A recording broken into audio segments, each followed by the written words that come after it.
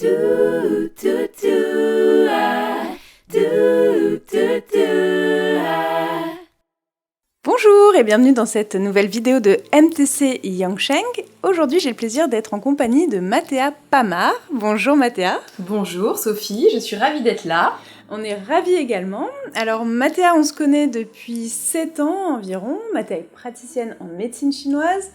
On étudie dans la même école, on a travaillé ensemble pendant 1 an et demi dans le même cabinet et on continue encore de travailler ensemble puisqu'on vient de terminer une formation en Bazi. Donc on étudie encore toutes les deux ensemble. Donc Mathéa, comme beaucoup dans le milieu, tu as un parcours un petit peu atypique. Est-ce que tu peux nous en dire un peu plus sur toi et sur comment tu en es arrivée à la médecine chinoise ? Alors, bonjour à tous. J'ai commencé par faire des études de musique au conservatoire quand j'étais adolescente. Ensuite, j'ai fait une fac de musicologie à Aix-en-Provence. Et ensuite, je suis devenue professeure des écoles pendant 12 ans. Et donc, j'ai eu la chance d'avoir des missions très variées au sein de l'éducation nationale qui m'ont amenée à vraiment travailler sur la pédagogie et les techniques d'apprentissage. Parallèlement à ça, j'ai toujours consulté en tant que patiente une praticienne en médecine chinoise et c'est vrai que c'est une personne qui m'a accompagnée par exemple lorsque j'avais des auditions, des examens, lorsque j'avais un rhume et c'est vrai que lorsque je ressortais des séances, je me sentais super bien, beaucoup plus apaisée émotionnellement. Puis j'avais aussi la chance parfois qu'elle puisse prendre du temps pour m'expliquer comment fonctionnait le corps au regard de la médecine chinoise. Donc voilà, j'ai toujours été très intéressée. Et un jour, alors que j'étais encore prof, je me suis dit, tiens, je vais faire un stage de Qigong ou de médecine chinoise. Je t'ai eu au téléphone et tu m'as dit, mais non, ne fais pas un stage, viens plutôt faire la grande formation diplômante qui dure 5 ans quand même. Et voilà, donc j'ai fait ces 5 ans pour arriver jusqu'au DNMTC et me voilà maintenant donc praticienne à Nice. Merci beaucoup. Bon, je précise que je ne l'ai pas poussée, elle était très motivée pour étudier la médecine chinoise. Oui. Donc c'est parfait, tu nous as parlé un petit peu de ton parcours dans la musique et une des raisons pour lesquelles tu es là aujourd'hui, c'est parce que tu nous as préparé une méditation sonore, musicale, et tu vas justement nous expliquer en quoi consiste cette méditation, comment tu en es venue là aussi, et comment tu utilises la musique dans ta pratique, et comment tu l'intègres aussi peut-être dans ta pratique de la MTC. Alors oui, cette méditation, en fait, comme j'ai fait de la musique, je me suis intéressée au pouvoir des sons et comment ça pouvait impacter le corps. Donc aujourd'hui, la musicothérapie, elle est un peu plus connue. On a vu par des expériences qu'elle pouvait influencer le corps, notamment elle permettait la réduction de la douleur et la réduction du stress. Donc c'est vrai que moi mon but c'est aussi de proposer des outils à mes patients pour essayer de faire prolonger les bienfaits de la séance entre plusieurs séances. Après on est plus ou moins réceptif aux fréquences sonores, de toute façon. C'est comme la médecine chinoise, certains sont très réceptifs, d'autres moins, et la musique c'est pareil. Alors je dissocie vraiment les soins sonores des soins traditionnels chinois, ça n'a rien à voir. Pour moi, c'est un outil en plus, parce que j'ai remarqué que certains étaient réceptifs. Donc, c'est la raison pour laquelle j'ai fait un stage sur les bols tibétains, et j'ai décidé donc de créer un pack de 12 méditations, où il y aurait donc 12 méditations. Pourquoi ? Parce qu'il y a 12 notes, il existe 12 notes, et pour 12 univers musicaux différents. Et c'est vrai que ce que j'aimerais, alors c'est en projet, c'est en construction en ce moment, ce que j'aimerais c'est permettre aux auditeurs de bénéficier pleinement des bienfaits des fréquences sonores. Souvent ce qu'on entend sur internet, alors il y a des très belles méditations, par contre le texte est souvent mis en avant, mais la musique reste secondaire. Donc moi, ce que j'aimerais, c'est arriver à créer quelque chose où le texte et la musique agissent vraiment en synergie et que voilà, l'auditeur puisse vraiment bénéficier de ces bienfaits, des bienfaits sonores et des vibrations sonores de ces fréquences. Donc dans ces méditations, j'utilise des instruments que j'ai en cabinet, à savoir les diapasons thérapeutiques, le carillon koshi, les bols tibétains, bol en cristal aussi, j'ai des clochettes, voilà. Donc c'est un projet que je suis en train de faire avec mon conjoint qui est lui-même compositeur. Et voilà, il y aura aussi dans ce pack, il y aura aussi un exercice de cohérence cardiaque et chaque méditation sera proposée en 2 versions, c'est-à-dire une version où il y aura du texte et ce sont des méditations guidées, donc il y aura du texte et de la musique, et une version où il y aura très très peu de texte, voire pas de texte, que la musique. Voilà. Mais en attendant que je finisse ce projet, je vous ai donc préparé une méditation pour vous, là. J'espère que ça va vous plaire. Donc c'est une méditation pour vous reconnecter à votre respiration, à votre corps. J'ai utilisé mes instruments acoustiques, donc ce sont des enregistrements d'instruments réels. Il y a simplement un son synthétique. Vous entendrez, il y a une nappe aussi musicale où il y a le son du 128 Hz, du diapason thérapeutique 128 Hz, qui a des vertus harmonisantes et antidouleurs. Et voilà, donc n'hésitez pas à pratiquer cette méditation en vous mettant dans votre bulle avec vos écouteurs, allongés sur votre lit ou assis sur votre canapé. Et surtout, si en tout cas ça vous plaît, que vous adhérez vraiment à cet univers sonore, n'hésitez pas à refaire cette même méditation parce que je me suis rendu compte que lorsqu'on faisait la même méditation, on rentrait plus rapidement dans un état méditatif. Voilà.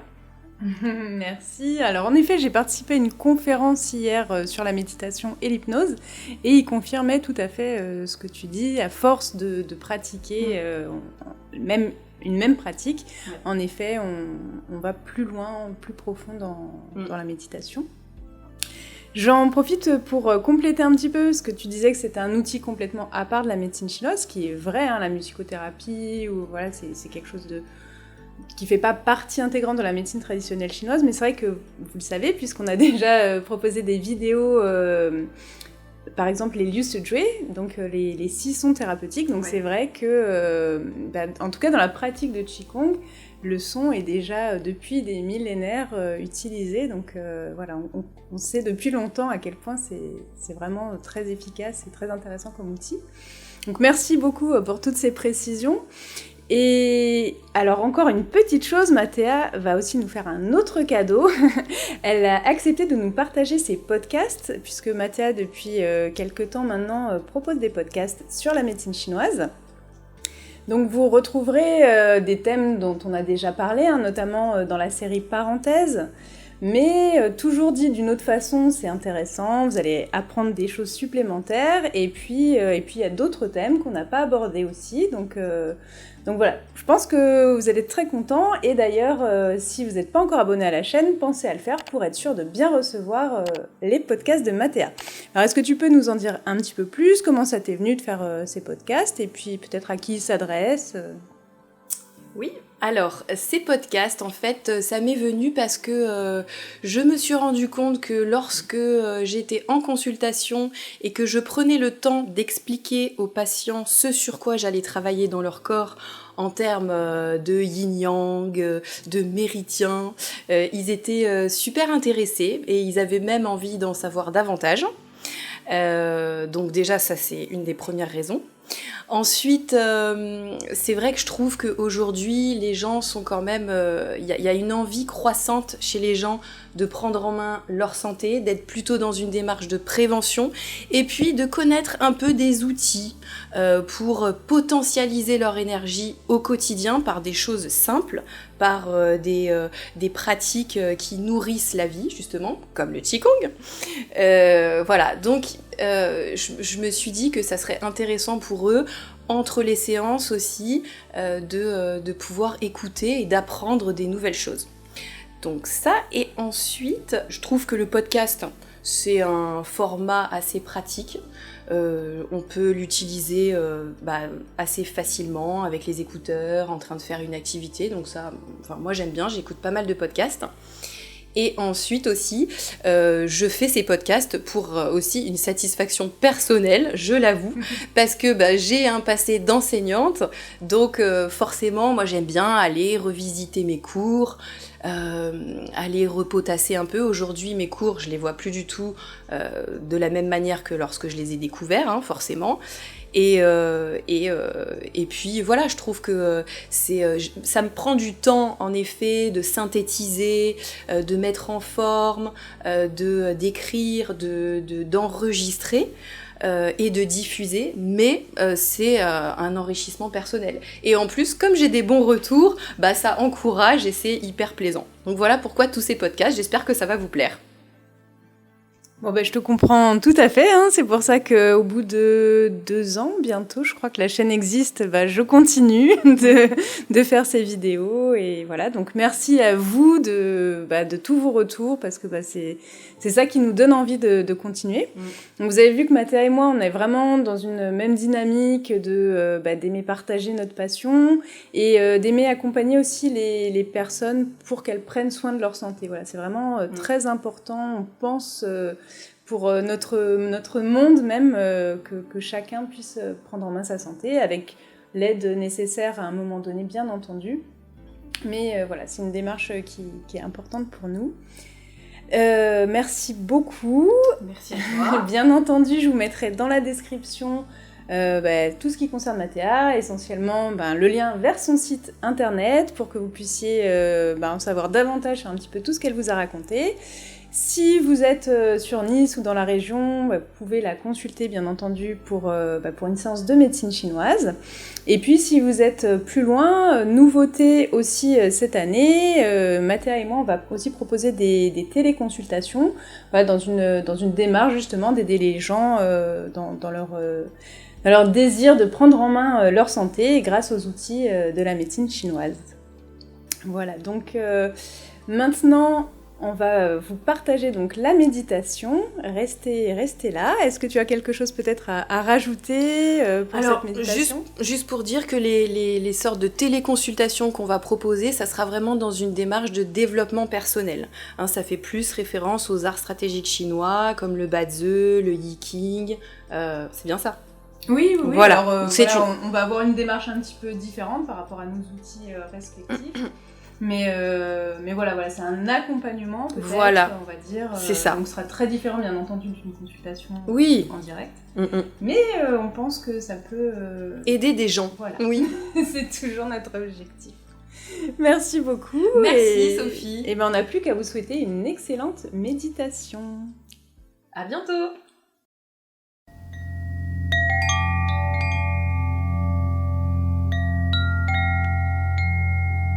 Méditation pour se reconnecter à son corps.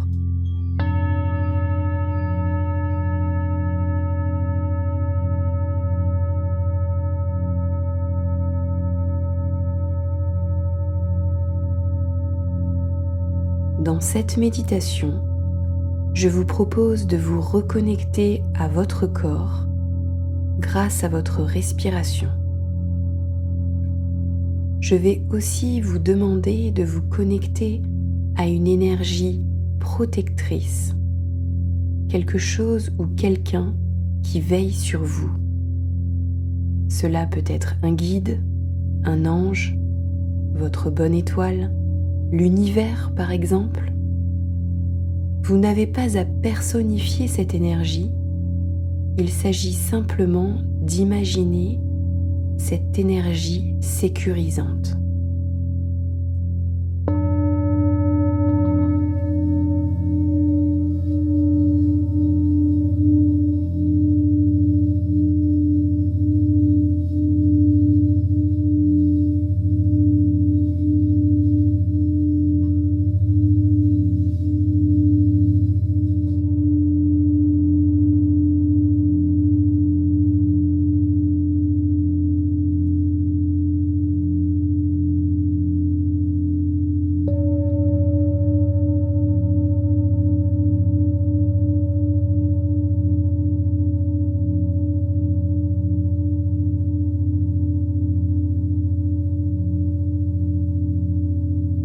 êtes allongé confortablement, l'ensemble de votre corps est relâché.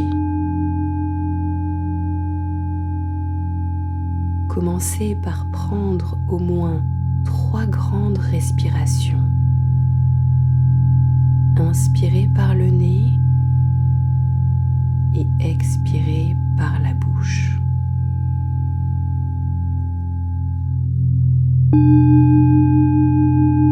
Faites-le lentement en utilisant une grande amplitude d'air.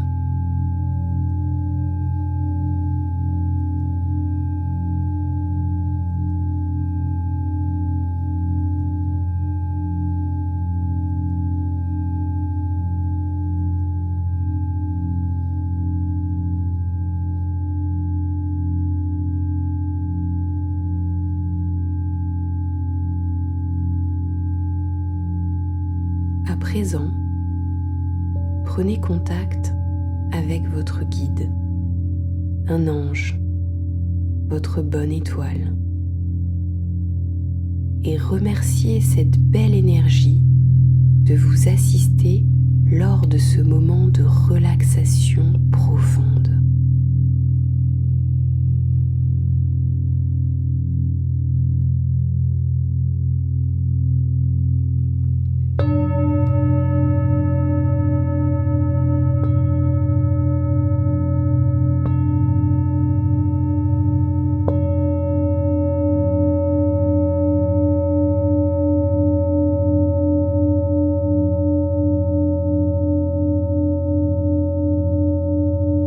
Vous suivez votre respiration naturelle. Soyez attentif au mouvement de votre respiration.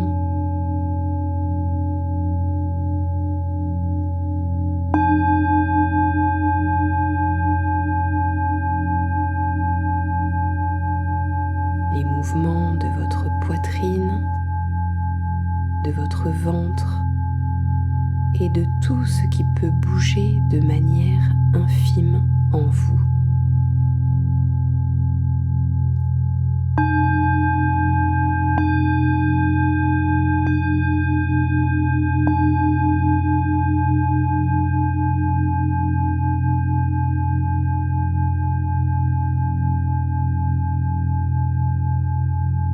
Visualisez une vague qui vous traverse de bas en haut, puis de haut en bas.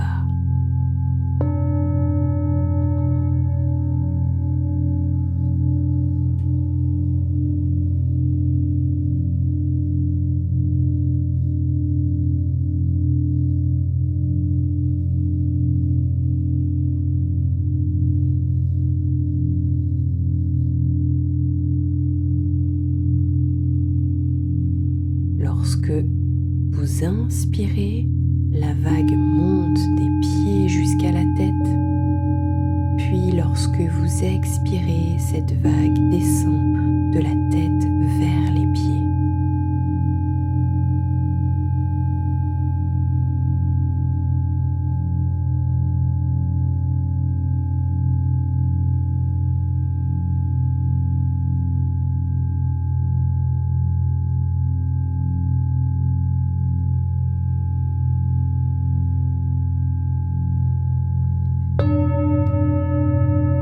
Ainsi, vous prenez entièrement contact avec votre corps, avec l'ensemble des cellules de votre corps.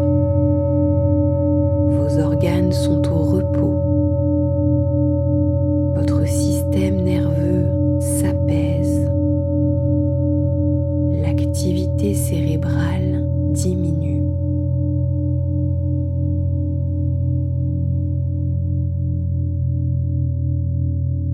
Regardez à l'intérieur de vous avec bienveillance. Remerciez votre corps d'être là pour vous, tel qu'il est.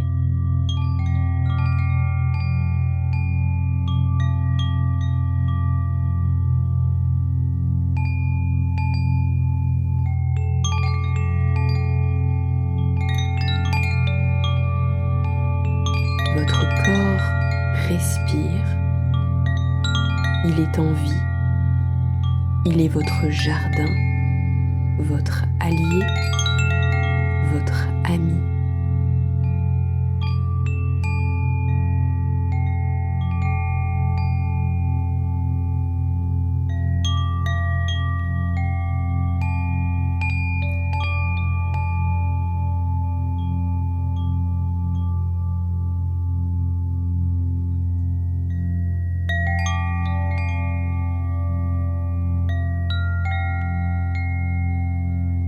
Appréciez pleinement cet instant de paix, de sécurité.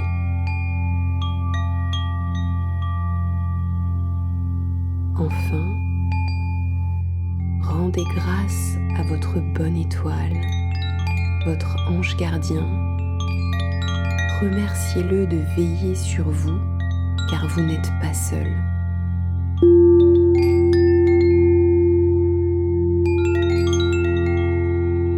Finir cette méditation, vous pouvez bouger légèrement les extrémités des membres, les mains, les pieds, ressentir vos bras, vos jambes, puis prendre une dernière grande inspiration suivie d'une longue